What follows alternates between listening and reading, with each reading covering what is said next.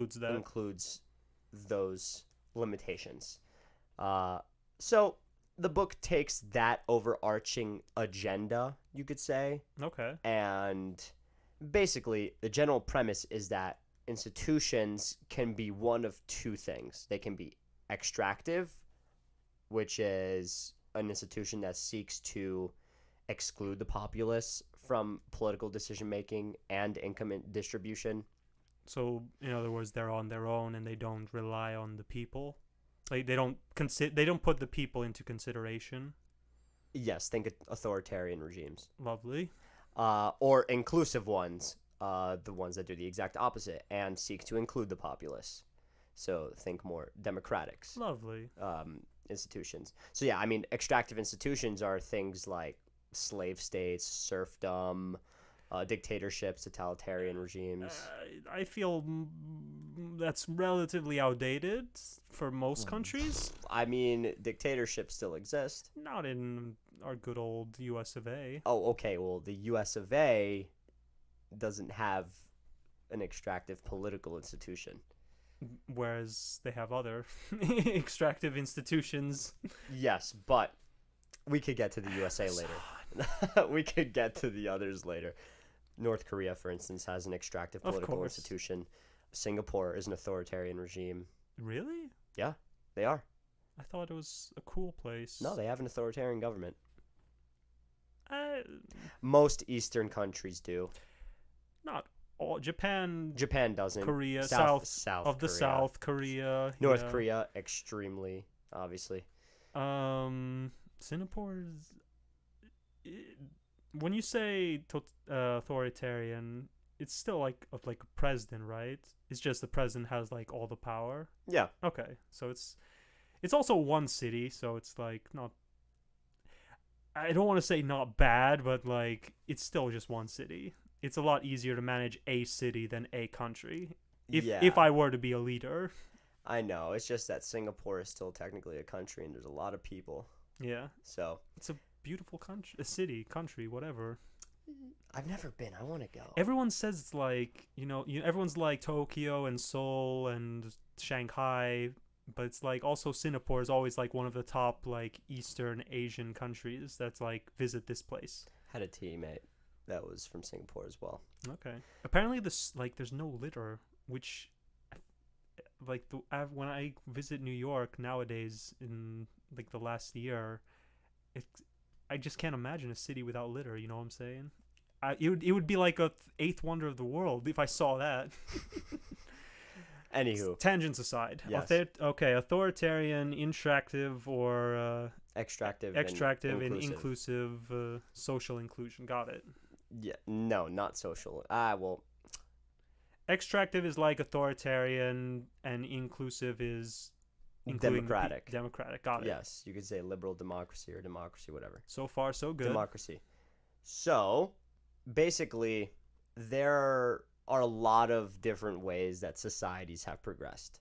And there are a lot of different types of societies that exist within our overarching human civilization, right? Of course, cultures develop. Yes. So, initial conditions for sustainable development, they have different starting points in different societies. Some places, though, they may have the same initial conditions. Of course. However, factors that are included within the system can eventually result in vastly different end states. As you know, the butterfly effect is a thing, right? Yeah. Yeah. So basically, in this example, two institutes start in the same position, but the decisions they take lead to two different results. Yeah. Actually, there are two very good examples. First of all, North Korea, South Korea, right? Yeah. Same place. Same geography, same demographic. Same original culture, and then... Yeah, but two vastly different end games right now. Welcome to humanity, where... Right? At the first sign of disagreeing, you just split off and start your own style of leading. Obviously, it's a lot more complicated in Korea than that. No, obviously in Korea, but in general, welcome to humanity. So, the first chapter literally does that. It compares a town in Arizona with a town in Sonora, Mexico, and they're literally named the same thing, Nogales. Okay. And basically, same as North and South Korea, they have the same geographical landscape, same climate, same relative demographic, but wildly different prosperity and poverty levels.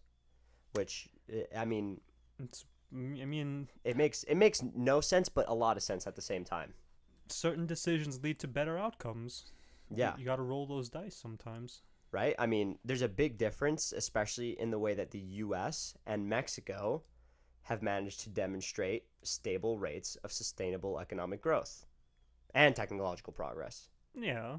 I mean, Hong Kong and China, like before recent times, they were kind of two separate things. Hong Kong had their own politics and everything, and they were one of like the cultural hubs of the world, so they live in the same area, like they're really close to other like places like Shanghai, but they operate differently and have different culture, different results, different atmosphere. So even with something as simple as like a twin, like if you have two people who are literally genetically identical, if you raise them in two different environments, they'll grow up to be two different people. Of course, and I mean, you've seen this with twins separated at birth, obviously, Yeah. right? But It doesn't matter if you are the same exact initial state. Sometimes you can go down a factors- completely different road. yeah, factors are introduced that completely change the paradigm. So I thought it was interesting that there are literal case studies in this in our world today Yeah. that make sense. Nice. It's unfortunate, but Why is you it know, unfortunate? it's unfortunate that some places that are built for lack of better terms, built for greatness or built for prosperity, but I they're mean, just they achieve the exact opposite. you'll never know which one succeeds until the end. I know we had this conversation about who wins out, the creator or the destroyer, and what is the essence of everything. But That's not. I mean, yeah, I'm sure you can tie that in, but it's more so. It's like, I watched a show, or I watched an episode of a show, and in that show, it was like a Survivor kind of show, and they had to survive like 6 weeks on an island by themselves. And one guy was hunting fish with a spear, Yeah. and he was like the best guy out of the 10 guys, and he was able to catch like at best like 4 to 6 fish a day. And then there was this other guy who found a net, like a fishing net. It was a little broken, so he had to fix it.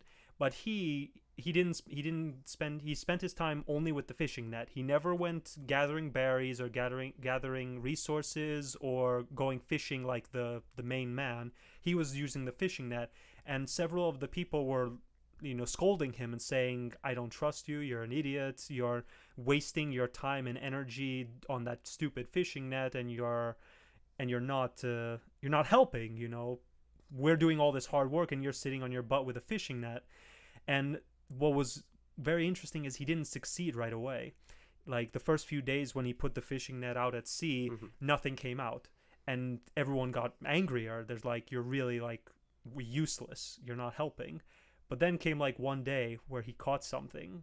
So remember, the main guy, the best, strongest guy, he could always his best was catching 6 fish in a day. The first day he caught a fish, he caught 24 fish. Ooh.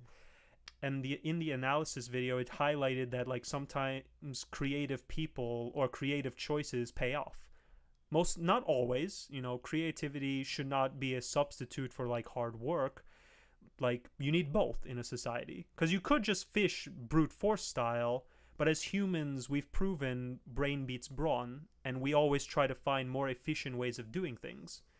And you could do it the old way, where you could just get your spear and try and stab the fish, or you can create a net or create technology to help you catch more fish, which is not only more efficient as far as how much you catch, but it's more efficient how much energy you expend for how much you catch, since it's much easier. And it's the two guys are on the same island. They got the same work, but one chose one path, the other chose the other. And while in the short term the first guy was more successful and the crew respected him the most at the time, eventually the creative guy like won everyone's hearts. Yeah, I totally feel that. And I think that's also one of the extrapolations you can make behind certain institutions that had political extractive natures and tried to introduce some kind of inclusive economic natures into those It institutions. needs a balance, I feel, is the best. I guess it depends because, Except in cases of emergency, because those are emergencies. see, the problem is that, at least according to their argument, you don't have sustainable growth with extractive political institutions But you have that short term. create. Yeah, exactly. You don't have sustainable long-term growth with extractive political institutions that underpin inclusive economic institutions. What you have is a very short-term kind of euphoric rise, and then it's gone. So Nice. a perfect case study into this is the Soviet Union, which was a very extractive political institution. It was dictatorship, and Yeah. then turned into a slowly but surely authoritarian regime of huge landmass, and then they controlled a lot of other countries within Europe and Eurasia as well. Yeah. And then slowly but surely, they tried to introduce the economic aspects of growth, and they saw a lot of growth, but it all collapsed because they couldn't sustain control of so many different lands at the same time. And also, people are people. They're not going to want to maintain Someone else's a regime. Yeah, or it's not that they don't want to maintain someone else's success. They don't want to maintain a regime that doesn't benefit them because Hey, at the end of the day, it's always a matter of yourself. self-sustenance. Yeah, exactly. And that's the thing. Ironically, right now, China seems to have found itself in a similar predicament How so? because they are very much a extractive political institution, as in it's authoritarian. It's true. It is a CCP. No, it's true. Right. But the reason China didn't die with all the other Soviet and Soviet Union and all the Soviet allied countries of Eastern Europe is because they adopted capitalism in the nick of time. Which is inclusive economic policy. Exactly. And so they are experiencing a lot of growth right now, but as defined by the book, and I mean, in my opinion, it's impossible to tell because it's too short of a time frame. Of course. But, But even the Roman Empire fell. yes, of course. As defined by the book, they are going to crash and burn. Eventually. I mean, I hope that doesn't happen, but of course, also from the ruins and the ashes, something amazing arises as well. That's always my hope for places, right? Staying positive. Yeah. So, yeah, I mean, they basically say that China mirrors the Soviet Union in a lot of ways, in the fact that they're, growing. Authoritarian. They have authoritarian government, but they grow economically very similar to the U.S. or Great Britain, which, makes no sense and makes sense at the same time, right?